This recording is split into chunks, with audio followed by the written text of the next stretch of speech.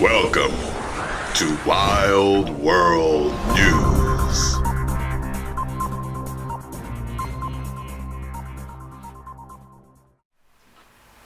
Look, come on, man. Here's the deal. So, I've been watching a little of what is a lot of news about what's going on. So, I'm seeing a lot of people saying that it ain't over. It ain't over. People point to another election where people prejudged, and then when the lawsuits were over, we ended up getting a different president. I don't know what's what. Could the election have been stolen? Absolutely. Could it have not? Absolutely. I'm going to watch the mayhem and pandemonium. Make sure y'all continue to send me stuff that y'all want me to comment and give my thoughts on and do reactions to. Now we're going to listen to Mr. Biden address the nation as he preemptively claims victory. That rhymed, don't need to play at the game. Boss! It is now my great honor to introduce the President-elect of the United States of America, Joe Biden.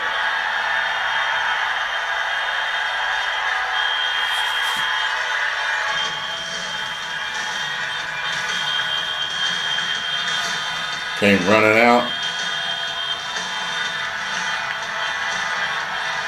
Came running out like the Ultimate Warrior.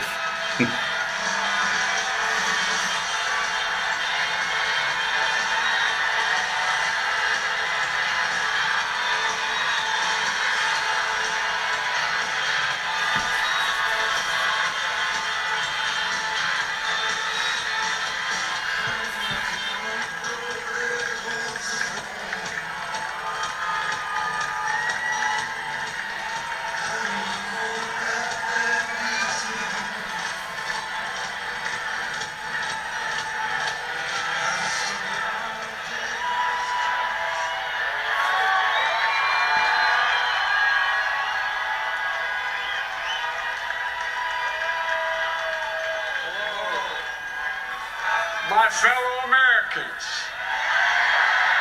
Knew he was going to get a pop on that. and the people who brought me the dance, Delawareans.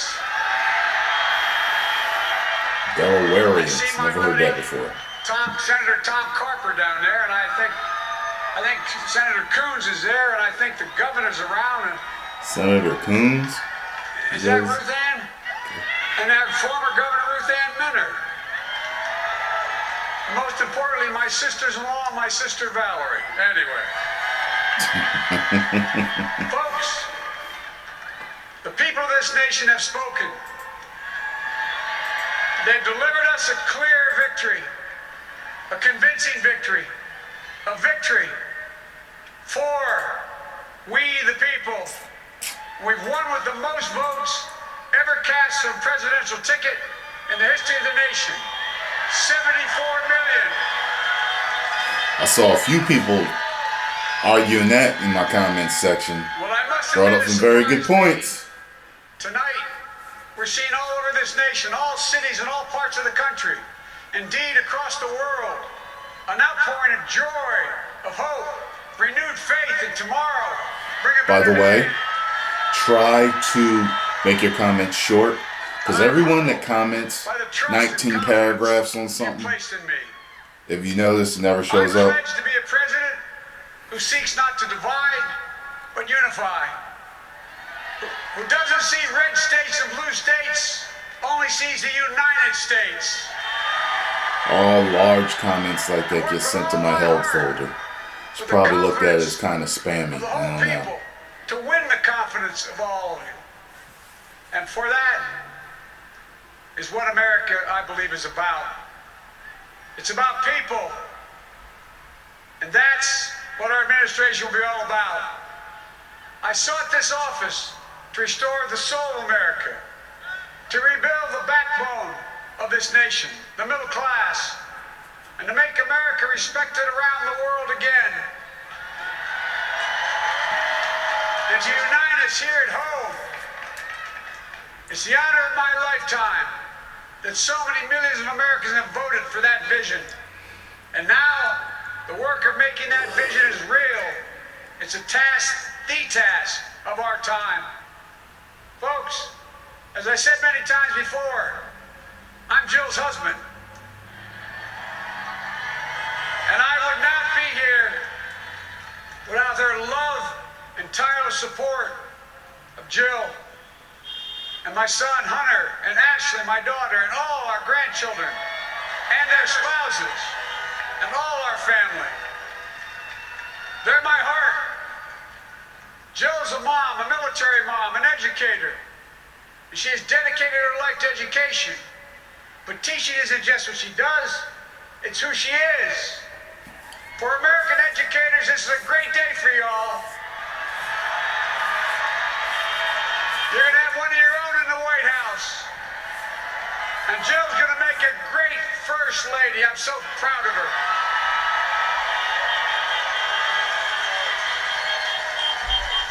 Well, I'll have the honor of serving with the fantastic Vice President who you just heard from, Kamala Harris, who makes history as the first woman, first black woman, the first woman from South Asian descent, the first daughter of an immigrant ever elected in this country. Don't tell me it's not possible in the United States. You're giving a good speech. Overdue. You're hitting some hot buttons. And we're reminded tonight of those who fought so hard for so many years to make this happen. But once again, America's bent the arc of the moral universe more toward justice. Kamala, Doug, like it or not, your family, you become an honorary Biden, there's no way out. All those of you who volunteered and worked the polls in the middle of this pandemic, local elected officials, you deserve a special thanks from the entire nation. It's a whole lot of jokes and shit you could unpack with that line. Gave so much of themselves to make this moment possible. I owe you. I owe you. I owe you everything. And all those who supported us, I'm proud of the campaign we built and ran. I'm proud of the coalition we put together. The broadest and most diverse coalition in history. Democrats, Republicans, Independents, progressives, moderates, conservatives, young, old, urban, suburban, rural, gay, straight, transgender, white, Latino, Asian, Native American. I mean it, especially those moments, and especially those moments where this campaign was at its lowest ebb. The African American community stood up again for me. You've always had my back, and I'll have yours. I said at the outset, I wanted to represent this campaign to represent and look like America. We've done that. Now that's what the administration will look like and act like. For all those of you who voted for President Trump, I understand the disappointment tonight. I've lost a couple times myself. But now, let's give each other a chance.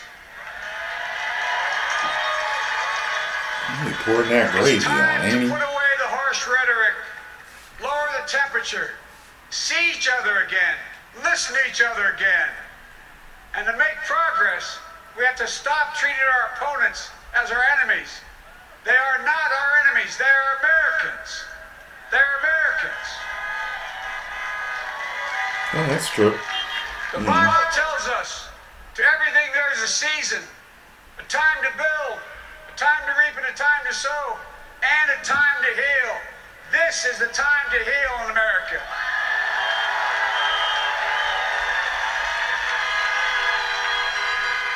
Now this campaign is over. What is the will of the people? What is our mandate? I believe it's this. America has called upon us to marshal the forces of decency, the forces of fairness, to marshal the forces of science, and the forces of hope, in the great battles of our time. The battle to control the virus, the battle to build prosperity, the battle to secure your family's health care, the battle to achieve racial justice and root out systemic racism in this country, and the battle to save our planet by getting climate under control, the battle to restore decency, defend democracy, and give everybody in this country a fair shot. That's all they're asking for, a fair shot. Saying some good stuff. Folks, Saying some real good stuff. our work begins with getting COVID under control. We cannot repair the economy, restore our vitality, or relish life's most precious moments, hugging our grandchildren, our children, our birthdays, weddings, graduations, all the moments that matter most to us until we get it under control. On Monday, I will name a group of leading scientists and experts as transition advisors to help take the Biden-Harris COVID plan and convert it into an action blueprint that will start on January the 20th, 2021. That plan will be built on bedrock science. It will be constructed out of compassion, empathy, and concern. I will spare no effort, Who none, wrote this speech? or any commitment to turn around this pandemic. Folks, If there weren't any rumors about all the dirt going on, I'd be like, woo, this sounds but I good. will govern as an American president. I'll work as hard for those who didn't vote for me as those who did. Let this grim era of demonization in America begin to end here and now.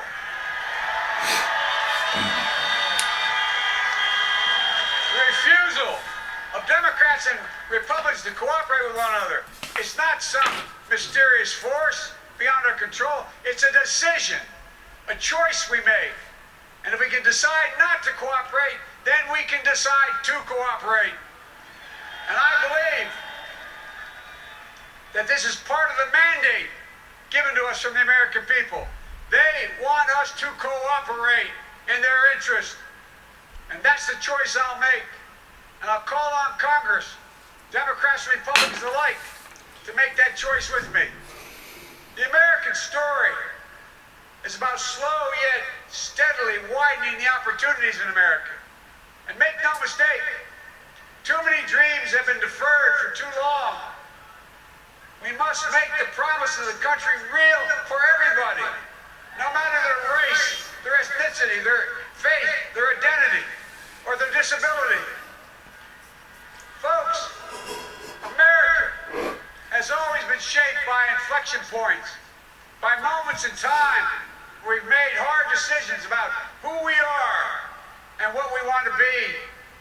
Lincoln in 1860, coming to save the Union. FDR in 1932, promising a beleaguered country a new deal. JFK in 1960, pledging a new frontier. And 12 years ago, when Barack Obama made history, he told us, yes, we can. Folks, we stand at an inflection point. We have an opportunity to defeat despair, to build a nation of prosperity and purpose. We can do it. I know we can. I've long talked about the battle for the soul of America. We must restore the soul of America. Our nation is shaped by the constant battle between our better angels and our darkest impulses. And what presidents say in this battle matters. It's time for our better angels to prevail. Tonight, the whole world is watching America. And I believe at our best, America is a beacon for the globe. We will lead not only by the example of our power, but by the power of our example.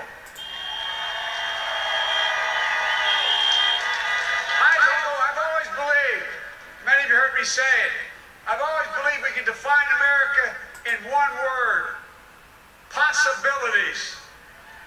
That in America, everyone everyone should be given an opportunity to go as far as their dreams and God-given ability will take them.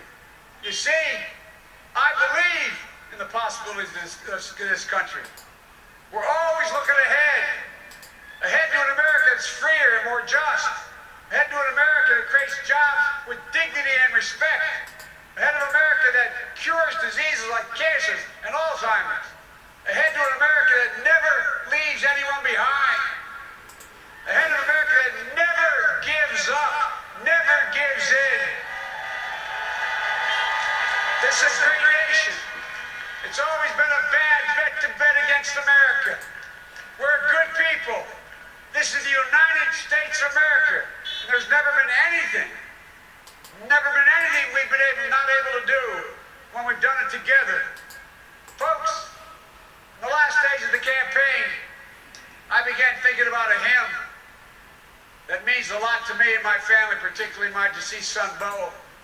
It captures the faith that sustains me, which I believe sustains America. And I hope it can provide some comfort and solace to 230,000 Americans who've lost a loved one to this terrible virus this year. My heart goes out to each and every one of you. Hopefully this hymn gives you solace as well. It goes like this. And he will raise you up on eagle's wings, bear you on the breath of dawn, and make you to shine like the sun, and hold you in the palm of his hand. And now together, on eagle's wings, we embark on the work that God and history have called upon us to do, with full hearts and steady hands, with faith in America and in each other, with love of country, a thirst for justice. Let us be the nation that we know we can be, a nation united, a nation strengthened, a nation healed. I think they told him to The deliver United with States more of America, energy. ladies and gentlemen, there's never been anything we've tried we've not been able to do. So remember, as our grandpapa used to say when I walked out of his home when I was a kid up in Scranton, he said, "Joey, keep the faith." And our grandmother, when she was alive, she yelled, "No, Joey, spread it." Spread the faith. God love you all. May God bless America, and may God protect our troops. Thank you, thank you, thank you.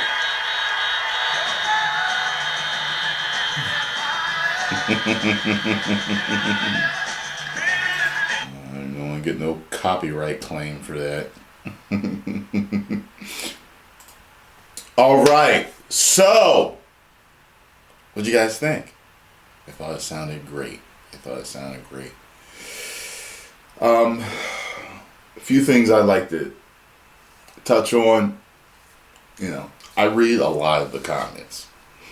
I dare say most of the comments that I get, I read most of them when I have a chance.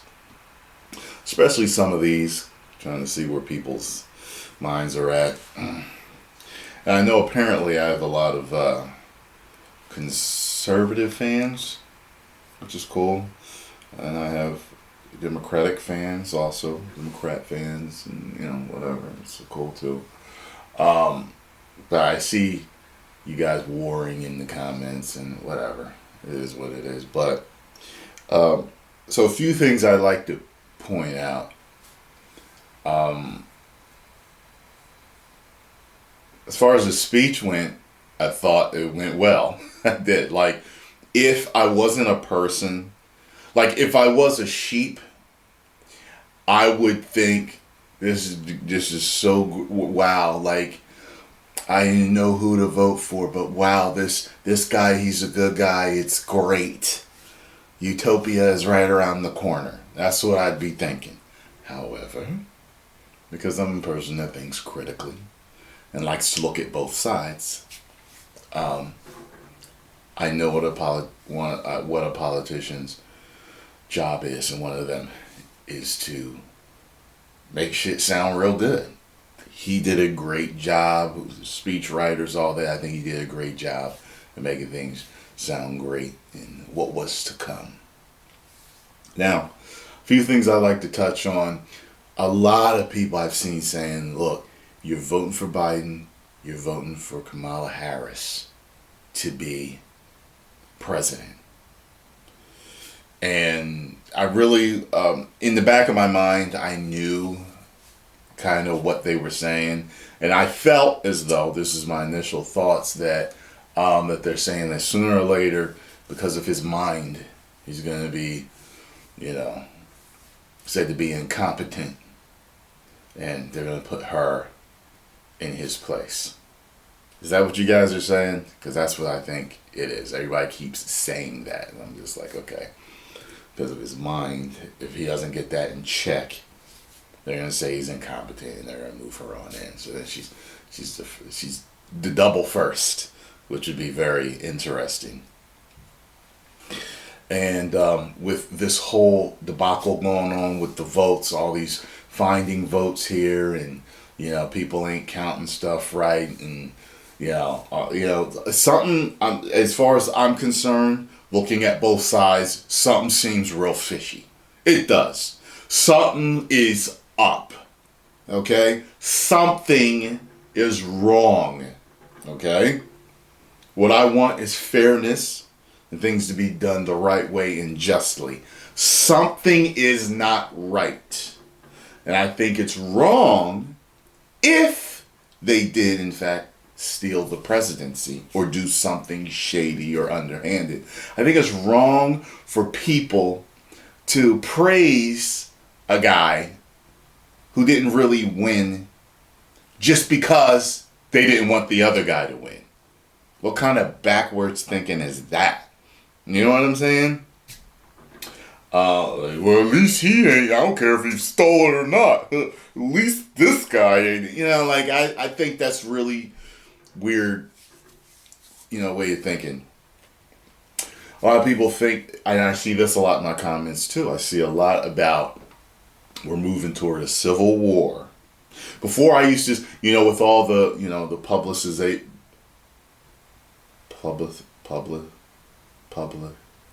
I can't even think of the right word. With all the bringing to the forefront of minorities being killed in the streets. Yes, I know white people are killed in the streets too by cops. But one, I'm trying to, say something here. With that being pulled to the forefront, that people were saying that they're trying to get us into a race war. I could possibly see that. People trying to get us into a race war. But I'm telling you this, don't fall for it. Okay? Don't fall for it. That ain't what we need. And now, with this split down the middle type of thing that's going on, Trump versus Joe, did they steal it? Did they not? Something's going on, and people are saying we're moving toward a civil war. Don't do it. Okay? Same thing. Let's not fight amongst ourselves. Okay? It is true what he said. We're all Americans. We're not enemies. We're not each other's enemy. We need to work this out. All these problems we got in this damn country, we got to work them out. You know what I mean? So, good speech, Mr. Biden. And I want to see how the next few months go. Because with these court proceedings and this voting debacle and counting and all this stuff, very, very interested to see what the deal is. 10 million subscribers.